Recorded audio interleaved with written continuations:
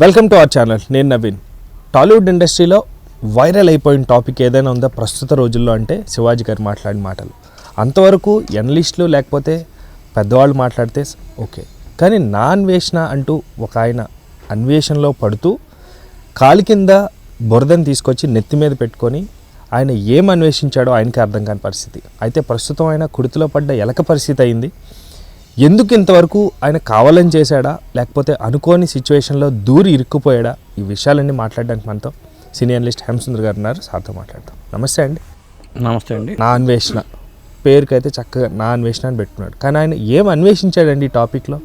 కాలి కింద బురదను తీసుకొచ్చి నెత్తి మీద పెట్టుకున్నాడే తప్ప ఆయన కలిసి వచ్చింది ఏముంది? సబ్స్క్రైబర్స్ పడిపోతున్నారు, బ్యాడ్ నేమ్ వచ్చింది, కేసులు బుక్ అవుతున్నాయి, ప్లస్ ఇప్పుడు ఇన్ఫ్లుయెన్సర్స్కి మధ్యన గొడవ కింద తయారైంది. అసలు టాపిక్ మర్చిపోయాం, సైడ్ టాపిక్ హైలైట్ అయిపోయి కొండెక్కి కూర్చుంది ఈరోజు టాపిక్. సో ఏంటండి ఈ పరిస్థితులు? సర్దుమణుగుతాయా? ఏమైనా క్లారిటీ వచ్చే ప్రయత్నం ఉందా? అంటే మరీ ఎక్కువ అన్వేషిస్తే ఇదే ఇబ్బందులు అండి. ఎక్కువ అన్వేషించకూడదు ఏది కూడా. పైపైన అన్వేషించుకోవచ్చు, కానీ లోపలికి అన్వేషించారనుకోండి లోపలేస్తారు. విషయంలో జరిగింది అదే. మరీ డీప్గా అన్వేషణ చేసాడు ఆయన. ప్రతి విషయంలో కూడా డీప్గా వేలు పెట్టడం అనేది అలవాటు చేసుకుంటే ఏదో ఒకరోజు మనం ఇబ్బంది పడతాం. ఇప్పుడు నా అన్వేషణ విషయంలో ఇప్పుడు కరాటే కళ్యాణ్ కంప్లైంట్ చేయడం పంజాగుట్ట పోలీసులకి, పంజాగుట్ట పిఎస్లో కంప్లైంట్ చేసింది. దాంతో పోలీసులు కేసులు పలానా వివిధ సెక్షన్ల కింద కేసులు నమోదు చేశారు. చివరికి ఇన్స్టాగ్రామ్లో రాశారు. ఆయన పెట్టిన పోస్టింగ్ మీద దాని యూజర్ ఐడి యూఆర్ఎల్లో ఇవి సంబంధించిన ఇవ్వమని చెప్పి పెట్టారు. సజ్జనార్ గారు కూడా రంగంలో దిగుతున్నారనేది వార్తలు వస్తున్నాయి. అలాగే ఈ హైదరాబాద్ పంజాగుట్ట పిఎస్లోనే కాకుండా ఇతర జిల్లాల్లో కూడా కంప్లైంట్లు నమోదవుతున్నాయి. ఎందుకంటే హిందూ దేవుళ్ళను అవమానించే రీతిలో ఆయన పోస్టులు పెట్టాడు అనేది ప్రధానమైన అభియోగం. మీరు అన్నట్టుగా నిజంగా కుర్తిలో పడే ఎలక మాదిరిగానే ఆయన పరిస్థితి అయిపోయిందని చెప్పొచ్చండి. రేపు అదే పెద్ద సంచలనం అవుద్ది. అతనికి అరెస్ట్ చేసి తీసుకొస్తే సంచలనం అవుతుంది ఖచ్చితంగా. రెండు కాదండి, గతంలో కూడా చాలా కేసులు చాలా అనుచిత వ్యాఖ్యలు చేసిన దాఖలాలు కూడా ఉన్నాయి. కేసులు పెట్టారు, కానీ తప్పించుకుంటూ ఇతర దేశాల్లో ఉండి నన్ను ఏం చేయలేరు అన్న భరోసా ధైర్యంతో ఏం చేయట్లే. కానీ పిచ్చిగా ఇక్కడున్న సబ్స్క్రైబర్స్ మాత్రం అందరూ ఇండియన్సే, తెలుగు వాళ్ళు మాత్రమే ప్రత్యేకంగా చూసేది. ఆయన ధైర్యం అదే అంటారు. తప్పించుకోవడానికి కూడా మనోళ్ళే సపోర్ట్ చేస్తున్నారంటే మీరేమంటారు?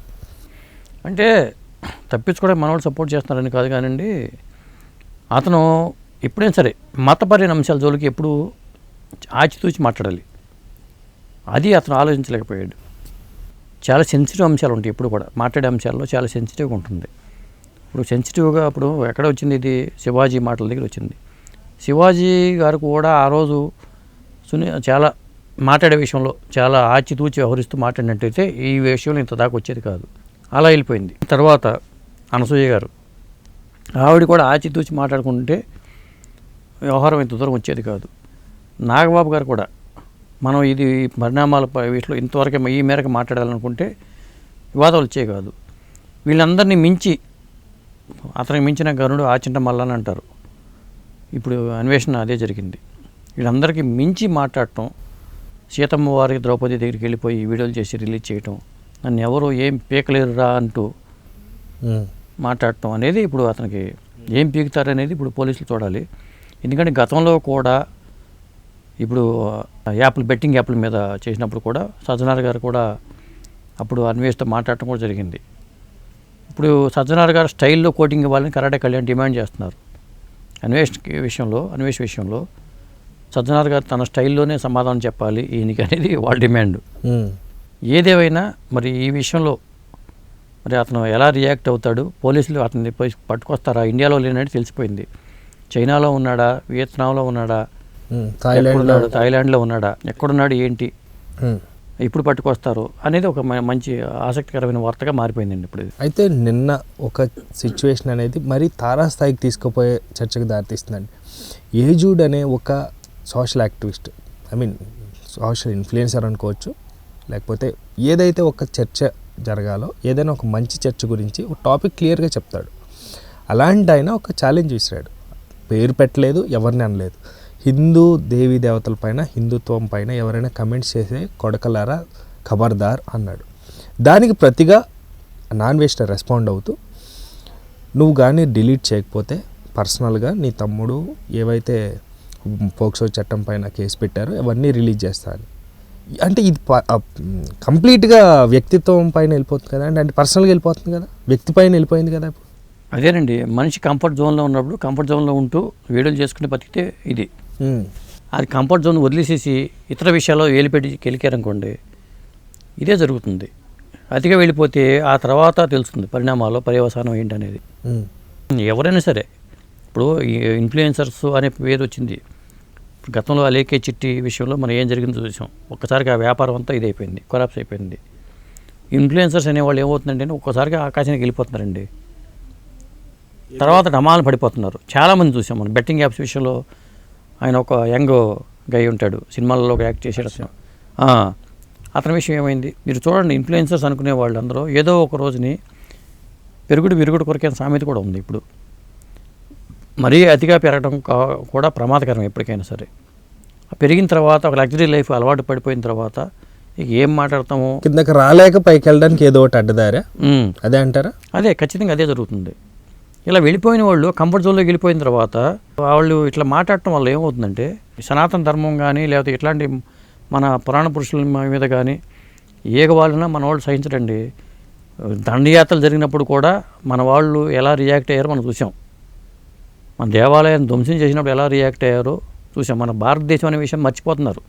ఇక్కడ పుట్టి ఇక్కడ పెరిగి ఎక్కడో వెళ్ళి ఏదో తింటూ మన మీద రాళ్ళు వేసే ప్రయత్నం అనేది పొరపాటు చేయకూడదు కూడా. మన దేశ ఔన్నత్యాన్ని కించపరిచేలాగా వ్యవహరించకూడదు. అతను ఆ విషయంలో అతను దూకుడుగా వ్యవహరించడం అనేది ఖచ్చితంగా స్పష్టమైపోతుంది అతని వీడియోలు చూస్తే. థాయిలాండ్లో ఉండి కల్చర్ లేని ప్లేస్లో ఉండి అత్యంత విలువలు ఉన్నటువంటి కల్చర్ భారతదేశం గురించి నీచంగా హేయంగా మాట్లాడటం గురించి చాలా విమర్శలు అయితే వస్తున్నాయి. ఆయన పట్టుకునే ప్రయత్నం అసలు జరుగుతుందా అండి, లేకపోతే అది సాధ్యమయ్యే అంశమేనా? పోలీస్ వ్యవస్థ తలుచుకుంటే కష్టం ఏంటండి. ఎక్కడున్న కలుగులోని ఎలుకలు కూడా పట్టుకురాగలరు వాళ్ళు పోలీసులు తలుచుకుంటే. ఇప్పుడు ఐ బొమ్మ అన్నారు, బొమ్మ చూపించారు కదా పోలీసులు, కలుగులోని వెలికినే పట్టుకొచ్చారు కదా. ఐ బొమ్మ అంటే యు ఆర్ దట్ బొమ్మ అన్నారు, ఆ బొమ్మ వ్యాన్ తీసుకొచ్చారు. నాన్ వేషన్ అంటే ఎక్కడున్నా అన్వేషిస్తారు. అతను ఎక్కడున్నా ఇవాళ ఇంత యాక్టివ్గా ఉన్నారు ఈ రోజుల్లో, చాలా ఈజీ పట్టుకోవటం. ఒక వ్యక్తినైనా, మర్డర్ చేసిన వ్యక్తినైనా, లేకపోతే కామెంట్లు చేసిన వ్యక్తినైనా, దొరకకుండా తప్పించుకుని తిరుగుతున్న వ్యక్తినైనా ఎక్కడున్నా పట్టుకురావడం అని చాలా ఈజీ. ఎక్కడున్నా తిరిగిపోతారు. పాస్పోర్ట్ ఆల్రెడీ సీజ్ చేశారు. ఎక్కడికి వెళ్ళాడు, ఎక్కడికి వస్తున్నాడు ట్రేస్ చేస్తే ఈజీగా తెలిసిపోద్ది. లొకేషన్స్ ఎట్టాగా ఉంటాయండి, ఇవాళ చాలా ఈజీగా దొరికిపోతారు. పైగా ఒక సెలబ్రిటీ హోదాలో ఉన్న వ్యక్తి పలానా వ్యక్తి చూసారా అంటే నువ్వు టీ తాగటాకైనా బయట రావాల్సిందే కదా, మసాజ్ చేయించుకోవటాకైనా బయట రావాల్సిందే కదా. థాయిలాండ్ మసాజులు చేసుకుంటారు. థాయిలాండ్ ఉన్న వాళ్ళు ఎక్కువ మంది థాయిలాండ్ మసాజ్కి వెళ్తారు. మసాజ్ కోసం బయట రావాల్సిందే కదా, పట్టుకొచ్చేస్తారు. మసాజ్ సెంటర్కి వెళ్ళి పట్టుకొచ్చేస్తారు. Thank you sir, thank you so much అండి. Thank you viewers, bye.